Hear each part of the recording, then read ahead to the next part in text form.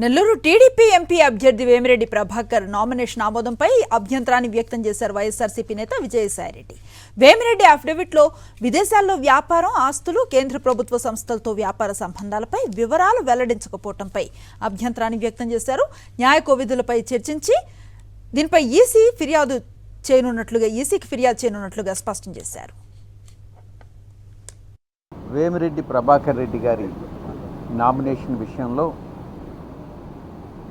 మేము కొన్ని అబ్జెక్షన్స్ని రైజ్ చేయడం జరిగింది. ఇవి ప్రధానంగా వేమిరెడ్డి ప్రభాకర్ రెడ్డి గారు విదేశాల్లో ఉన్నటువంటి ఇన్వెస్ట్మెంట్స్ ఏదైతే ఉన్నాయో వాటిని ఆయన అసెట్స్ అండ్ లయబిలిటీస్లో కానీ అఫిడవిట్లో కానీ పొందుపరచలేదు అన్నటువంటి అంశాన్ని రిటర్నింగ్ ఆఫీసర్కి మేము రిటర్నింగ్ ఆఫీసర్ ద్వారా అబ్జెక్షన్ రైజ్ చేయడం జరిగింది.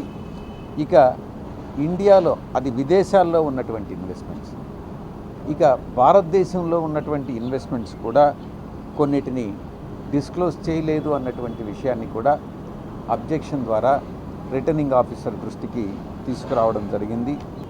ఆయన విపిఆర్ ఇన్ఫ్రాస్ట్రక్చర్ ప్రైవేట్ లిమిటెడ్ అని కానీ ఆ విపిఆర్ ఇన్ఫ్రాస్ట్రక్చర్ ప్రైవేట్ లిమిటెడ్ గవర్నమెంట్తో సంబంధం ఉన్నటువంటి కార్పొరేషన్స్, నార్థరన్ కోల్ ఫీల్డ్స్, అది కాకుండా సింగరేణి కాలరీస్తో ఆయన వర్క్స్ చేయడం జరిగింది.